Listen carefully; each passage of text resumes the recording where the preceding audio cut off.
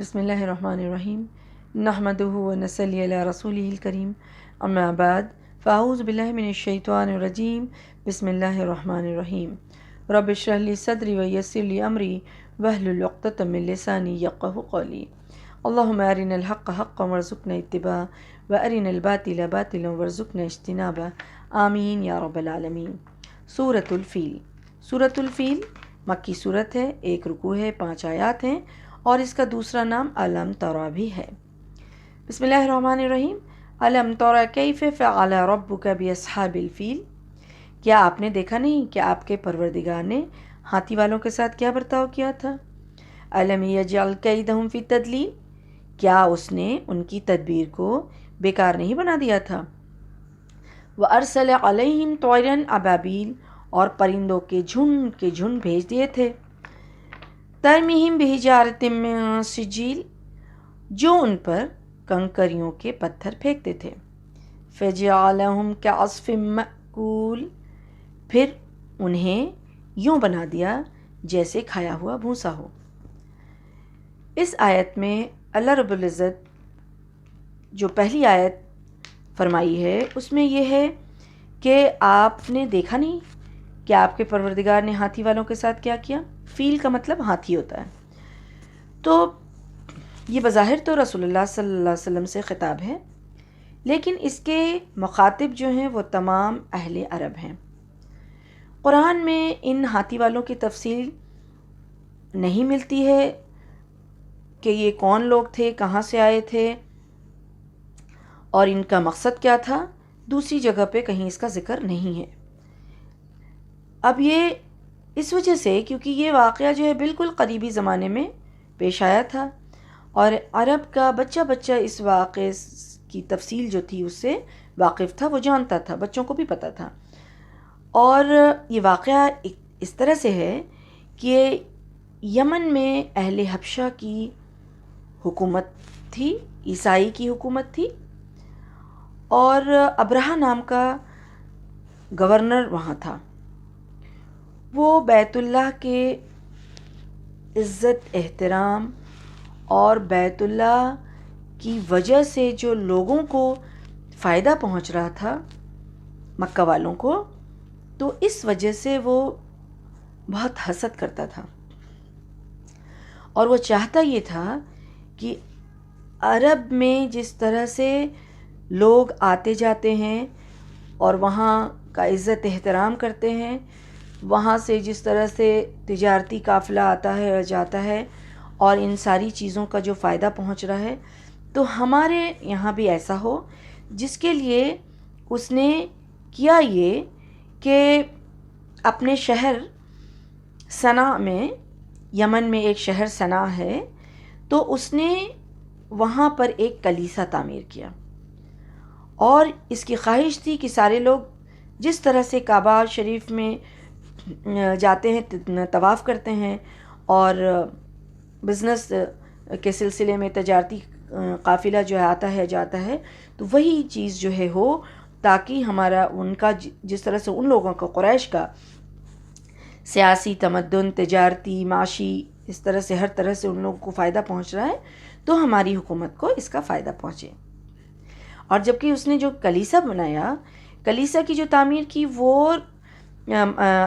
خانہ کعبہ سے بہت زیادہ بڑا تھا، عالیشان تھا، اس کے باوجود بھی لوگ اس کی طرف متوجہ ہی نہیں ہو رہے تھے، کوئی دھیان ہی نہیں دے رہا تھا۔ بلکہ جب عرب قبائل کو اس کلیسا کی تعمیر کے بارے میں اور اس کا جو کس لیے اس نے بنایا ہے، کیا چاہتا ہے، یہ پتہ جب چلا، تو خفیہ طور پر کسی نے جا کر کے کلیسا میں غلاظت کر دیا، اور دوسری روایت میں یہ آتا ہے کہ کسی نے آگ لگا دیا، جس سے ابرہہ کو کعبہ پر چڑھائی کرنے کا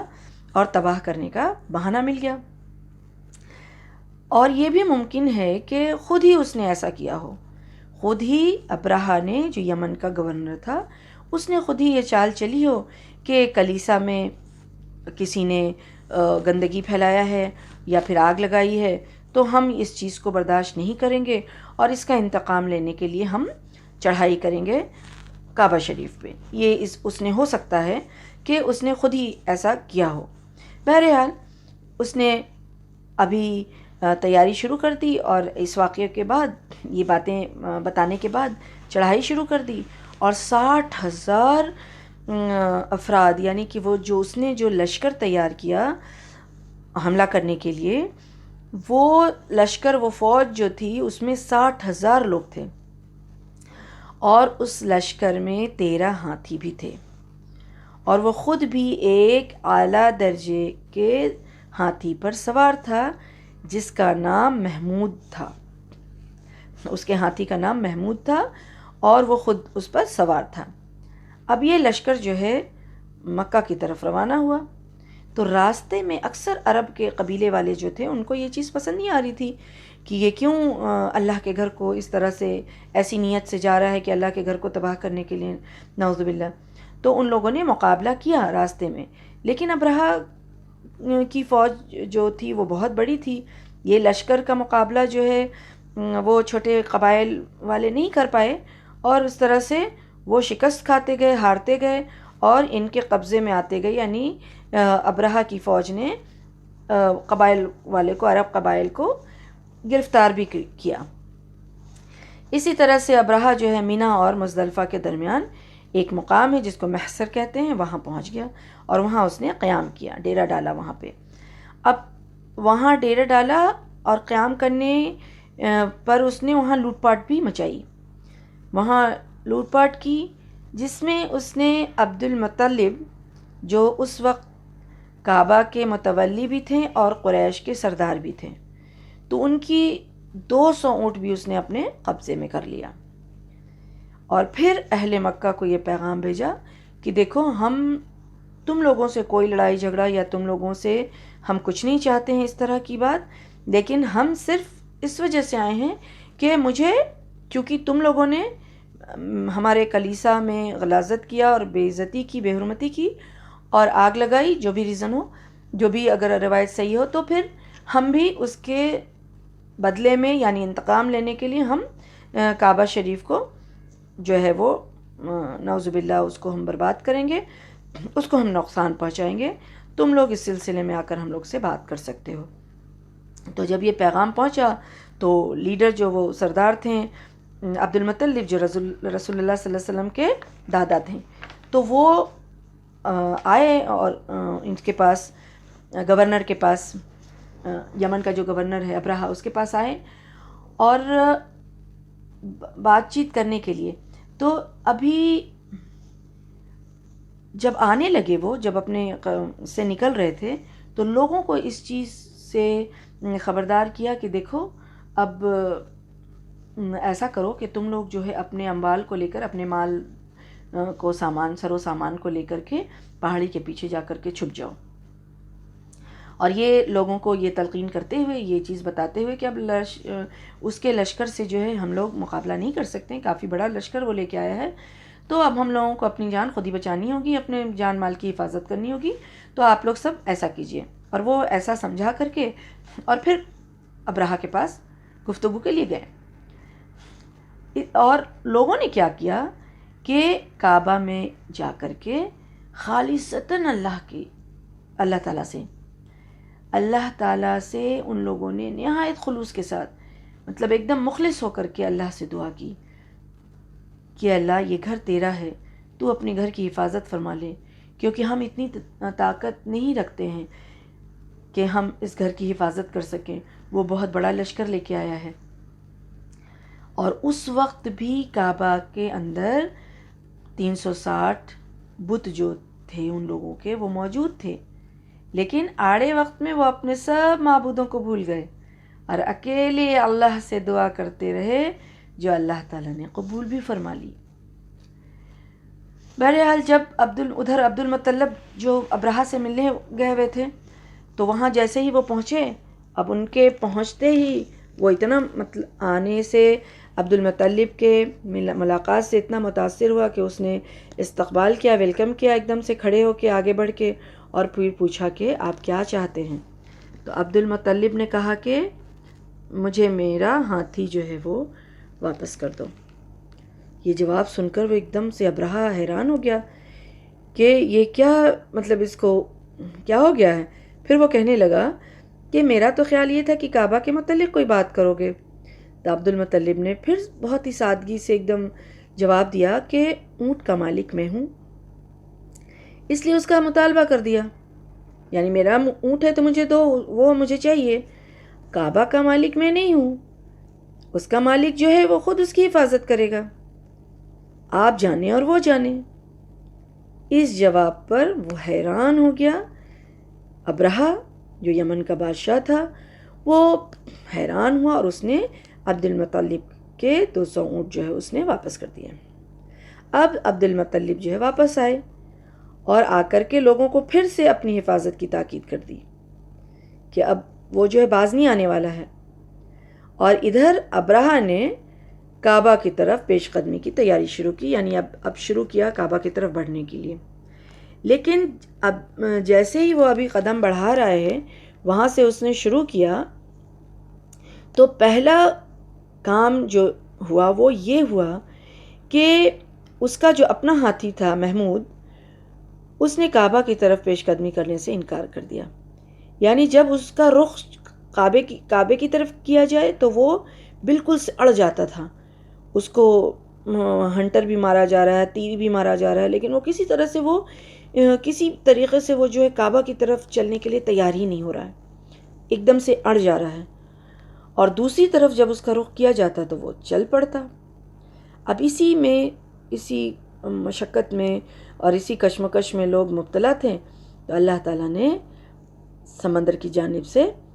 ہزاروں کی تعداد میں پرندوں کے جھنڈ اللہ سبحانہ وتعالیٰ نے لشکر بھیج دیے، اور وہ لشکر جن کے چونچ میں ایک ایک پتھر اور ان کے پروں میں کنکریاں تھیں 2 ان سب نے وہ جو پرندے کا جو فوج آیا، وہ جو لشکر آیا، وہ سب ان لوگوں پر، ہاتھی والوں پر، لشکر پر برسایا، اور ایسی لگتی تھی جیسے کہ گولی پڑ رہی ہے، تیر کے جیسی لگتی تھی اور بندوق کی گولی کے جیسے ایک دم سے آ کے ان لوگوں کو لگتا تھا، اور جہاں کنکری وہ گرتا تو وہ زخمی ہو جاتے اور کبھی کبھی تو آر پار ہو جاتا، اور اس طرح سے وہ لشکر جو ہے وہ سارے لشکر کے جتنے بھی تھے افراد وہ سب مارے گئے، اور جو بچے بھی وہ واپس جانے لگے اور راستے ہی میں سارے کے سارے ختم ہو گئے۔ تو یہ واقعہ جو تھا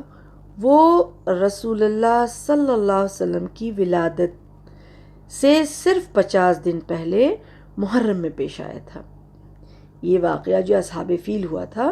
وہ رسول اللہ صلی اللہ علیہ وسلم کی ولادت سے 50 دن پہلے ہی ہوا تھا، جو محرم کا مہینہ تھا، کیونکہ رسول اللہ صلی اللہ علیہ وسلم کی ولادت 12 ربیع الاول کو ہوئی تھی یا پھر 9 ربیع الاول، دونوں ہی روایت آتی ہے۔ تو یہ واقعہ تھا۔ اب اللہ سبحانہ وتعالیٰ فرما رہے ہیں کہ الم یجعل کیدہم فی تدلیل، کیا اس نے ان کی تدبیر کو بیکار نہیں بنا دیا؟ یعنی اللہ تعالیٰ فرما رہے ہیں کہ ہم نے اس کی جو تدبیر، ان لوگوں نے جو چال چلی تھی، ان لوگوں نے جو خفیہ تدبیر کیا تھا، کیا ہم نے اس کو بیکار نہیں کر دیا؟ اب یہاں ابرہہ جو آیا تھا وہ تو اعلان کر کے آ رہا ہے، وہ تو ایک دم سے کھلم کھلا لوگوں کو بتا کے آ رہا ہے کہ بھائی تم نے ہمارے کلیسا کی بے حرمتی کی، تم نے ہمارے کلیسا کو آگ لگایا، ہماری بے عزتی ہوئی ہے، تو اس کے بدلے میں ہم آ رہے ہیں اور کعبہ کو ڈھائیں گے اور ہم اس کا بدلہ لیں گے۔ تو پھر یہاں خفیہ تدبیر کی کیا بات ہوئی؟ خفیہ تدبیر کیا کہا جا رہا ہے؟ تو یہ اس وجہ سے ہے کہ ان کی خفیہ تدبیر یہ تھی کہ کعبہ کی تباہی، کعبہ کا جو توڑ پھوڑ کرنے والے ہیں، ڈھانے کے لیے جو آنے والے ہیں، وہ تو عرب کی جو عزت، عظمت اور ان کی کامیابی جو تھی وہ اپنی طرف کرنا چاہ رہا تھا۔ وہ اس طرح کی تو کوئی بات ہی نہیں تھی کہ وہ بدلہ لینا چاہ رہا ہے۔ ہو سکتا ہے اس نے خود ہی ایسا کیا ہوگا، لیکن اس کے دل میں کیا تھا، اس کی پلاننگ کیا تھی، اس کا مقصد کیا تھا؟ اس کا مقصد یہ تھا کہ جو بھی فائدہ، مذہبی فائدہ ہو یا تجارتی فائدہ ہو یا معاشی فائدہ ہو یا معاشرتی فائدہ ہو یا سیاسی فائدہ ہو، جس طرح کا بھی فائدہ کعبہ کی وجہ سے مکہ والوں کو پہنچ رہا ہے، تو اس کی تدبیر یہ تھی، خفیہ چال یہ تھی، اس کی سوچ اور مقصد اس کا یہ تھا کہ یہ سارا فائدہ جو ہے وہ اس کے اپنے حکومت کو ہو اور کلیسا کی طرف لوگ آئیں، یہ اس کا مقصد تھا۔ وہ تو ایک بہانہ تھا اس کے آنے کا۔ تو اس خفیہ چال کو اللہ سبحانہ و تعالیٰ فرما رہے ہیں کہ اس نے جو تدبیر کی تھی میں نے اس کو تباہ نہیں کر دیا، اس کو نہیں پنپنے دیا، اس کو کامیابی نہیں دی۔ اللہ سبحانہ و تعالیٰ نے اس کے اس چال کو برباد کر دیا، ختم کر دیا۔ تدلیل کیا ہوتا ہے؟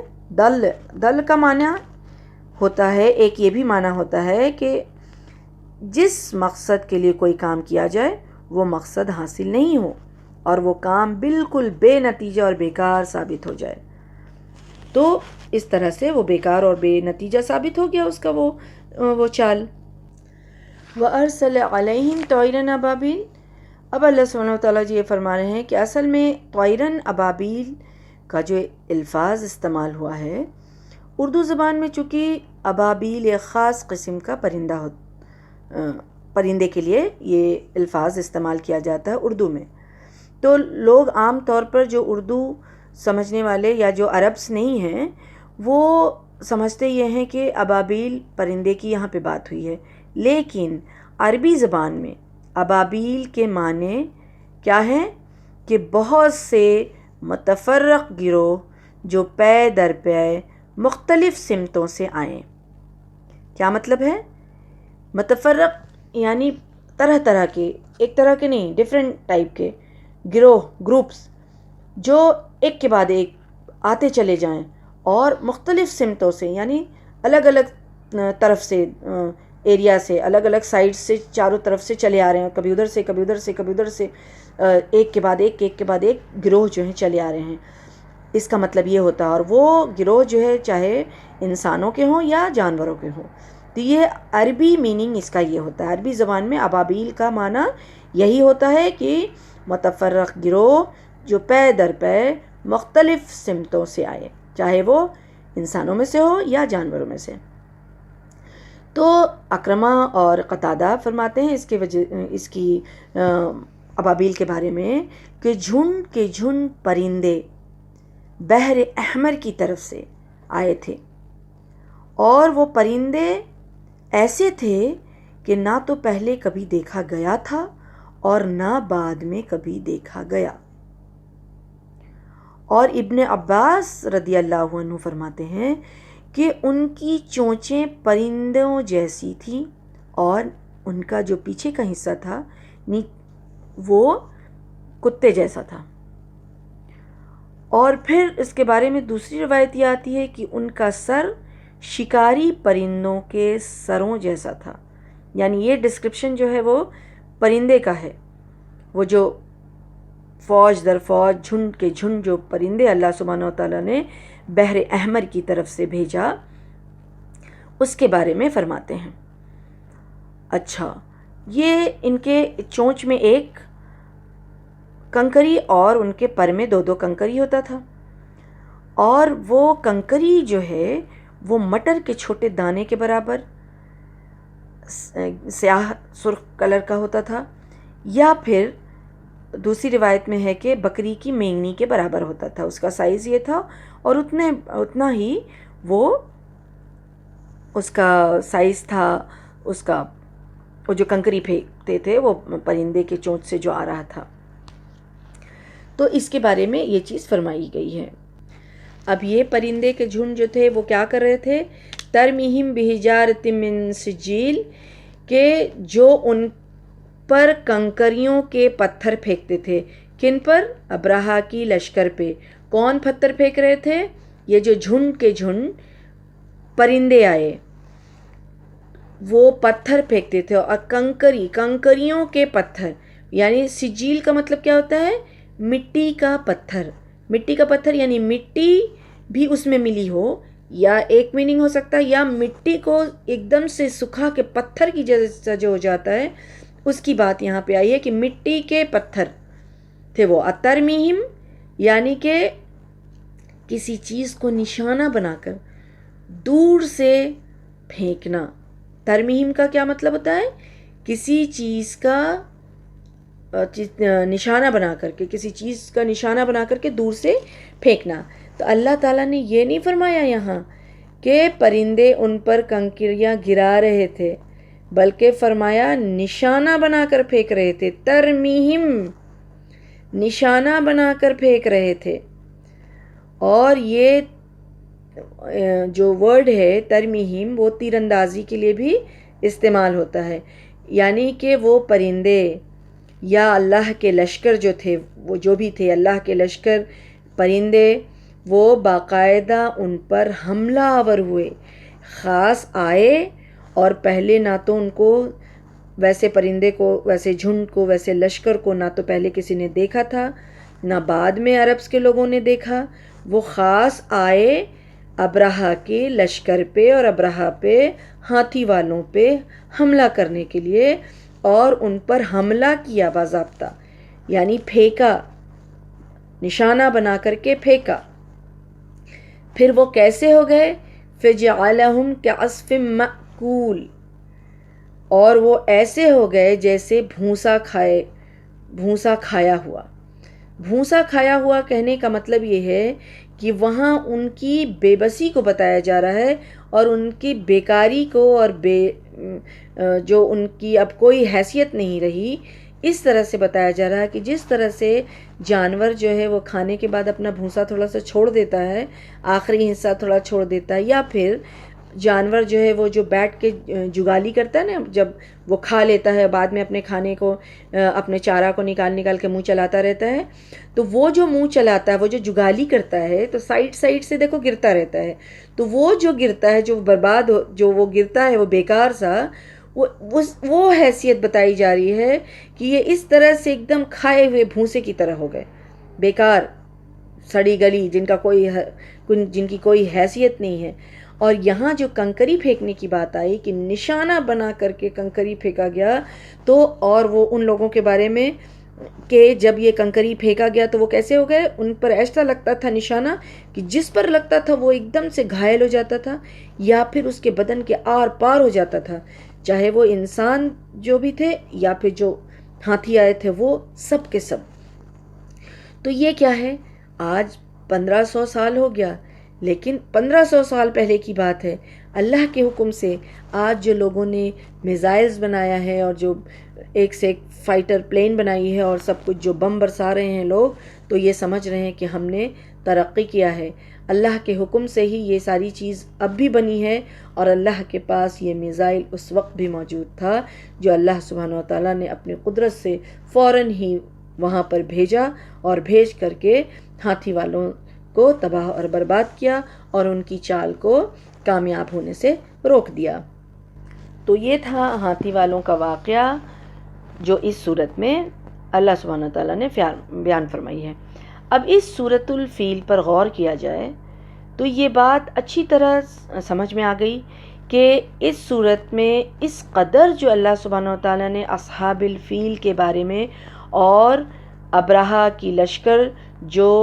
خانہ کعبہ پر بری نظر رکھ کر کے آیا تھا، اس کو کس طرح سے اللہ تعالیٰ نے عذاب دیا اور کس طرح سے ان کی چال کو برباد کر دی، پورا نہیں ہونے دیا ان کی تدبیر کو. تو یہ واقعہ کچھ پرانا نہیں تھا. مکہ کے لوگ جانتے تھے، عرب کے لوگ عام طور پر اس سے واقف تھے، اور واقف ہونا تو تھا ہی. تمام اہل عرب جو تھے اس بات کے بھی قائل تھے، یعنی اس بات کو بھی مانتے تھے کہ ابرہا کے اس حملے سے کعبہ کی حفاظت کسی دیوی دیوتاؤں نے نہیں کی. اس بات کو سب مان رہے تھے کہ کسی دیوی دیوتاؤں نے حفاظت نہیں کی ہے، بلکہ اللہ تعالیٰ نے کی ہے. اللہ ہی سے قریش کے سرداروں نے اور لوگوں نے، قریشیوں نے دعائیں مانگی تھی، اور اللہ سبحانہ وتعالیٰ نے ان کی دعا قبول کی تھی، اور ان کی اور اللہ کے گھر کعبہ شریف کی حفاظت فرمائی تھی۔ چونکہ یہ لوگ مانتے تھے اس چیز کو اور اس چیز کو سمجھ رہے تھے، اس واقعہ کو اچھی طرح سے جان رہے تھے، تو کچھ سال تک، چند سال تک قریش کے لوگ جو ہیں اس واقعے سے اس قدر متاثر تھے کہ انہوں نے اللہ کے سوا کسی کی عبادت نہیں کی۔ اب رسول اللہ صلی اللہ علیہ وسلم اس واقعے کے 50 دن بعد ولادت ہوئی تھی، تو اب جب رسول اللہ صلی اللہ علیہ وسلم کو نبوت ملی، اب جب قرآن نازل ہو رہی ہے، اب لوگوں میں جو بگاڑ آیا ہے، تو اللہ سبحانہ وتعالیٰ بس ایک یاد دہانی کرا رہے ہیں اور یہ غور کرنے کے لیے کہہ رہے ہیں کہ یہ محمد صلی اللہ علیہ وسلم، یہ جو پیغمبر، یہ جو نبی تمہارے بیچ آیا ہے اور تمہیں جو تعلیم دے رہا ہے، تمہیں جس چیز کی دعوت دے رہا ہے، وہ کیا ہے؟ وہ دعوت تو یہی ہے کہ تمام دوسرے معبودوں کو چھوڑ دو، صرف ایک اللہ کی عبادت کرو۔ تو یہ برا کیا ہے؟ وہی چیز تو ہے، اور یہ بات یاد دلا کر کہ یہ سمجھایا جا رہا ہے کہ برے وقت میں، آڑے وقت میں، جب اللہ سبحانہ وتعالیٰ کو ہی تم پکارتے ہو اور تم جانتے ہو کہ جب تمہارا برا وقت آیا تھا تو تم نے اللہ سبحانہ وتعالیٰ کو ہی پکارا تھا اور اللہ سبحانہ وتعالیٰ نے ہی تمہاری مدد کی تھی، تمہارے دیوی دیوتاؤں نے نہیں کی تھی۔ اور یہ اس طرح سے جانتے ہیں کہ مطلب کچھ کا تو آنکھوں دیکھا حال تھا، کیونکہ ابھی تو 40 سال کے قریب، 40-45 سال ہی گزرا ہے، تو ابھی تو کچھ لوگ تو آنکھوں دیکھا حال جو کہا جاتا ہے کہ جن لوگوں نے آنکھوں سے دیکھا تھا وہ بھی موجود تھے، اور وہ بتاتے تھے کہ ہاں وہ جو پتھر گرا تھا نا، وہ پتھر جو ہے وہ بکری کے مینگنی کے جیسا تھا یا مٹر کے دانے کے جیسا تھا، اور کچھ دن تک وہ چیز جو ہے وہ موجود بھی تھی۔ تو ایسی حالت میں پھر اللہ سبحانہ وتعالیٰ جو ہے وہ پھر سے وہ یاد دلا رہے ہیں کہ اگر سوچ لو، تم لوگ یہ غور و فکر کرو کہ یہ دعوت حق کو اگر تم لوگ دبانے کی کوشش کرو گے، زور زبردستی کرو گے، تو جس طرح سے اللہ نے اصحاب الفیل کا برا حال کر دیا، ان کی تدبیر جو ہے وہ اس کو برباد کر دیا، ان کی چال جو ہے وہ جو تھی اس کو ناکام کر دیا، تو تم اگر حق کو دبانے کی کوشش کرو گے یا زور زبردستی کرو گے تو اللہ سبحانہ وتعالیٰ تم پر بھی غضب نازل کر سکتا ہے اور تمہیں بھی گرفت میں اپنی لے سکتا ہے۔ اس لیے تم رسول صلی اللہ علیہ وسلم کی دعوت کو قبول کرو اور ان سے دشمنی اور ان کے کام کو روکنے کی، ان کو دبانے کی اور زبردستی کرنے کی کوشش کو چھوڑ دو۔ یہی پیغام اس صورت میں دینے کے لیے اللہ سبحانہ وتعالیٰ نے اسی وقت ایک یہ یاد دہانی کے طور پر اس صورت کو نازل فرمائی۔ وما علینا الا البلاغ۔